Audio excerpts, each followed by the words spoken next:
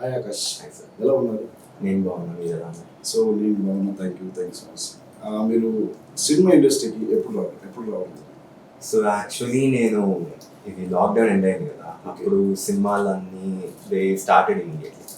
అప్పుడు నాకు కూడా స్టార్ట్ అయింది సినిమా జర్నీ యాక్చువల్లీ. అంటే ఈ ఫీల్డ్, మూవీ ఫీల్డ్కి ఎందుకు రావాలి? నేను చిన్నప్పటి నుంచి మా ఫ్యామిలీ అందరూ సినిమా పిచ్చోళ్ళు అని చెప్పొచ్చు. నాన్న ఎప్పుడు థియేటర్కి తీసుకెళ్తున్నా, కొత్త సినిమా వస్తే ఫస్ట్ డే వెళ్ళిపోతాం. అండ్ నేను యాక్చువల్లీ ఒక పెద్ద డార్లింగ్ ఫ్యాన్ అనమాట.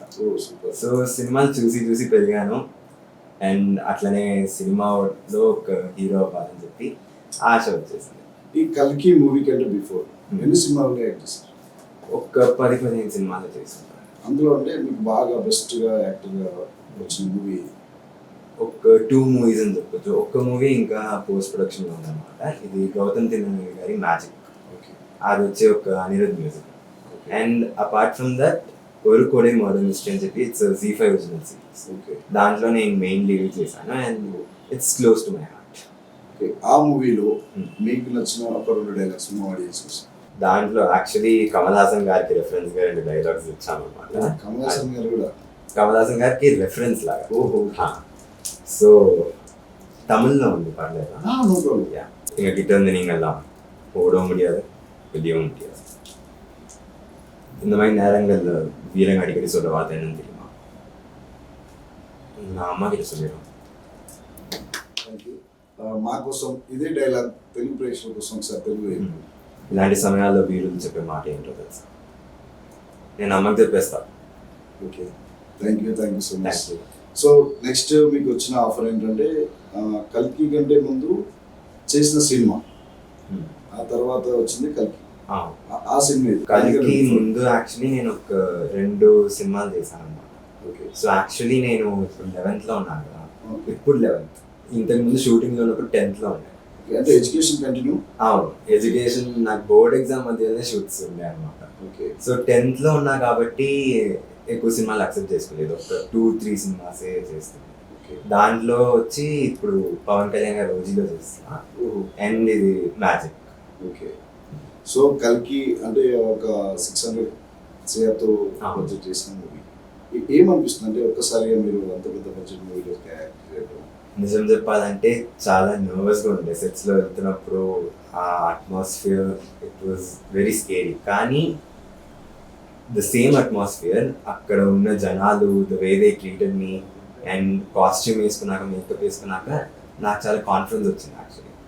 అంత పెద్ద సినిమా అయినా సరే నన్ను ఒక యాక్టర్ లాగా మంచిగా ట్రీట్ చేశారు అండ్ ఈజీగా షూట్ అయిపోయింది. ఓకే. కల్కిలో అంటే సెట్లోకి వెళ్ళిన తర్వాత ప్రభాస్ గారిని కలవడం కానీ మీకు ఆయనకు కాంబినేషన్ సీన్స్ ఉన్నాయి? లేదు, యాక్చువల్లీ ఏంటంటే మోస్ట్ మూవీస్లో నేను హీరోకి యంగర్ వర్షన్గా చేశాను. సో అలా ఉన్నప్పుడు ఆ రోజు యాక్టర్స్ ఉండరు, కానీ షూట్లో కలవలేకపోయాను. But I manage to see Prabhas garu and the బుజ్జి.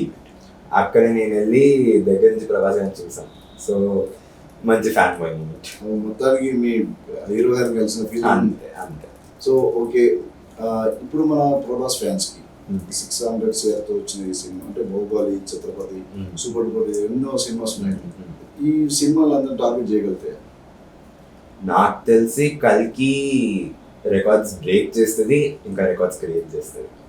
ఈ మూవీలో 600 crore మీరు బడ్జెట్ గురించి చెప్తున్నారు, కానీ వాళ్ళ బడ్జెట్ ఎంత ఉందో దానికంటే 3 times ఎక్కువ వాళ్ళ డెడికేషన్ ఉంది. అండ్ మనకు ప్రతి ఫ్రేమ్లో, ప్రతి సీన్లో అది బాగా కనిపిస్తుంది. అండ్ తెలుగు జనాలు and the audience in general, ఇది పాన్ ఇండియా కాదు, పాన్ వరల్డ్ సినిమా. సో చూస్తున్న ప్రతి ఒక్కరు సినిమాని మంచిగా ఎంజాయ్ చేస్తారు. అండ్ నేనే 2-3 సార్లు చూస్తాను సినిమా. సో అందరూ 2 సార్లు చూస్తారు ఆలోచించు. ఓకే. ఈ మూవీలో ప్రభాస్ గారి క్యారెక్టర్ కాస్ట్యూమ్స్ అంతా డిఫరెంట్గా ఉంటుంది. అది ఆడియన్స్ని ఎట్లా రీచ్ అవుతుంది? ఇది మీరు బుజ్జి భైరవ యానిమేటెడ్ సిరీస్ ఉంది కదా, కల్కి ఇది వరల్డ్ ఇంట్రొడ్యూస్ చేసేటట్టు. దాంట్లో వచ్చి మీరు చూస్తారు భైరవ, ప్రభాస్ గారి క్యారెక్టర్ భైరవ వచ్చి it is a bounty Hunter అనమాట. ఇది 2898 ADలో జాబ్స్ వచ్చి ఒక బౌంటీ ఉంటుంది, కాంప్లెక్స్ ఇస్తారు. ఆ బౌంటీని వీళ్ళు హంట్ చేసుకుంటూ వీళ్ళు డబ్బులు ఎర్న్ చేస్తారు. సో అలాంటి క్యారెక్టర్కి దానికి కాంప్లెక్స్ అయిన కాస్ట్యూమ్స్, అవన్నీ వాళ్ళు స్క్రాచ్ అని సెపరేట్ క్రియేట్ చేసి ఒక సిరీస్ ఉంది మళ్ళీ యూట్యూబ్లో.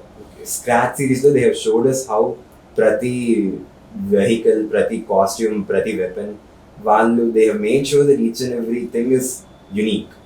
సో ప్రభాస్ గారి కాస్ట్యూమ్ చూస్తుంటేనే మనకి ఒక సూపర్ హీరో చూస్తుంటుంటారు. అంటే ఈ బుజ్జి భైరవ కల్కి డిఫరెంట్ స్టోరీస్ తోటి ఉంటుంది స్టోరీ. లేదు, ఇప్పుడు బుజ్జి భైరవ ఎట్లా అంటే it's an introduction to the world of కల్కి. కల్కి గురించి ఎక్కువ ఉండకపోయినా కల్కిలో ఏముంటుంది అనేది బుజ్జి భైరవ సిరీస్లో చూపిస్తారు. అండ్ కల్కి ఎందుకు చూడాలంటే ఇప్పుడు బుజ్జి భైరవ సిరీస్లో ఒక్క వరల్డ్ గురించి చూపించారు, బట్ కల్కిలో 3 వరల్డ్స్ ఉన్నాయి, Kashi, Shambhala and the complex. So కల్కి is a must watch film in theatre. Okay, కల్కి మూవీ తర్వాత ప్రభాస్ గారిని కొత్తగా చూడటం ఒక ఎత్తు, అది సెకండ్. సో మీరు ఆ మూవీని ఎలా ఎంజాయ్ చేయగలుగుతుంటారు ఫ్యాన్స్? ఇది నేను ఆన్లైన్లో చూసాను. ఏంటంటే ఇప్పుడు దాకా ప్రభాస్ గారి సినిమాలో అందరూ ఎంజాయ్ చేశారు చాలా. సలార్ ఎంత పెద్ద హిట్ అయింది, దాన్ని చూసాక ఇప్పుడు కల్కిని చూస్తుంటే it is one of India's biggest experimental films. ఎందుకంటే మైథాలజీని సైఫైని కంబైన్ చేసి ఒక సినిమా వస్తుంది. సో ఈ సినిమాని చూసాక ప్రభాస్ గారి ఫ్యాన్స్ అందరూ నాగార్జున గారికి గుడి కడతారు. అది ఇలాంటి సినిమాగా ఉండిపోతుంది. ఓకే, ఈ మూవీలో మీ డ్యూరేషన్ ఎంతసేపు ఉంటుంది అంటే మీ క్యారెక్టర్ వర్షన్? యాక్చువల్లీ నేను ఒక స్పెషల్ అపియరెన్స్ క్యారెక్టర్తో కాంబినేషన్ సీన్స్లో ఉన్నాను అనమాట. సో డ్యూరేషన్ ఎక్కువ ఉండదు, కానీ ఇంపార్టెంట్గా ఉంటుంది. ఒక 3-4 minutes అట్లా ఉండొచ్చు. ఈ ఫీల్డ్ మీరు అంటే మీ డార్లింగ్ ప్రభాస్ గారి హీరో, ఆయన సినిమాలో మీరు యాక్ట్ చేయటం, మీరు ఆయన ఫ్యాన్ అవ్వడం ఏమనిపిస్తుంది? నాకైతే ఇది ఒక బ్లెస్సింగ్ లా చెప్పొచ్చు. ఎందుకంటే ఈ ఆపర్చునిటీ కూడా ర్యాండమ్గా ఒక రోజు కాల్ చేసి చెప్పారు. అండ్ ఆ టైంలో నేను ఆ అవతార్లో ఉండడం, ఇదంతా I'm truly grateful to be honest. ఈ ఆపర్చునిటీ నాకు వచ్చింది. I'm thankful to what ever force which has helped me, God. I'm really happy about it. So మీరు ప్రభాస్ ఫ్యాన్ అన్నారు కాబట్టి ఛత్రపతి నుంచి మా ఆడియన్స్ కోసం ఒక డైలాగ్ చెప్పారు.